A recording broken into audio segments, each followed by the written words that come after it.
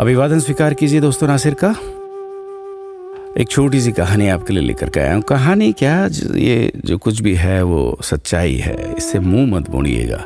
मैं जानता हूँ कुछ लोगों को इससे बुरा भी लग सकता है और कुछ लोग इसको नेगेटिव वे में भी ले सकते हैं, लेकिन जो है वो सच है। अभी इस बात को सुनने के बाद भले आप लोग इस बात को न माने, लेकिन अकेले में इसको सोचिएगा कि क्या ये सच है। एक बार एक सेठ ने एक शोरूम खोला और एक बुजुर्ग को इनॉग्रेशन के लिए बुलाया। उद्घाटन के बाद जैसा कि होता है कि शोरूम के मालिक ने उन बुजुर्ग की बड़ी इज्जत की। बड़ी इज्जत अफजाई करने के बाद उनको बताया कि देखिए, यहाँ पे 21,000 चीज़ें हैं इस शोरूम में बेचने के लिए। इसमें से आपको जो भी चाहिए, जितनी चाहिए आप ले लीजिए। बुजुर्ग हंसे और बोले कि इनमें से एक भी चीज़ मुझे जीने के लिए ज़रूरी नहीं लगती। मुझे तो इस बात का ताज्जुब होता है, आश्चर्य होता है कि इंसान इन सभी गैर ज़रूरी चीज़ों का इस्तेमाल करता कहाँ है। अब देखिए, एयर फ्रेशनर के बिना किसकी सांस रुक गई?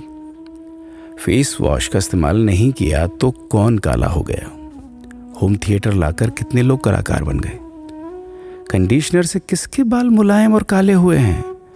अरे, जो डाइनिंग टेबल यूज़ करते हैं, क्या उनके घुटने नहीं दुखते? थोड़ा दिमाग पर जोर डालकर याद कीजिए कि हैंड वॉश के बिना आपके किस दादा के पेट में कीड़े हो गए थे। अगर हम डीओ मारकर निकलते हैं तो क्या लोग हमें सूंघने आते हैं?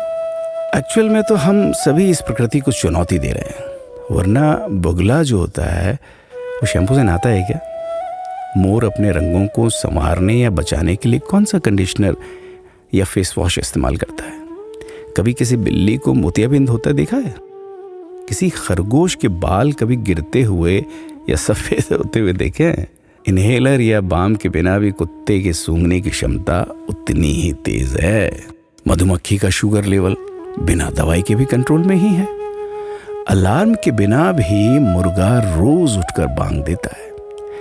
दरअसल इंसान पैसा खर्च करके दुखी होने की चीजें खुद ही खरीदता रहता है। नेट बंद तो दुखी, लाइट जाए तो दुखी, मोबाइल का चार्जर खराब तो दुखी, केबल टीवी कट जाए तो दुखी, मच्छर मारने की दवाई ना मिले तो दुखी, महिलाओं को मेकअप ना मिले तो दुखी, मैचिंग कपड़े नहीं मिले तो दुखी। आजकल इंसान 10 मिनट में 20 तरह से दुखी और परेशान रहता है। बाकी तो गुड़ की रोटी या प्याज रोटी खाकर हाथों का तकिया बनाकर पीपल के नीचे जो आराम से सो जाता है, उसे दुखी करने के लिए तो फरिश्तों को नीचे आना पड़ता है। ये सब देखा देखी का खेल है। सच तो यह है कि सुखी रहने के लिए बहुत कम खर्चा होता है, लेकिन दूसरों को दिखाने में कि मैं कितना सुखी हूं, इसी में बहुत ज्यादा खर्चा होता है। जैसे जैसे सुविधाएं बढ़ रही हैं, दुखी होने के रास्ते भी खुलते जा रहे हैं।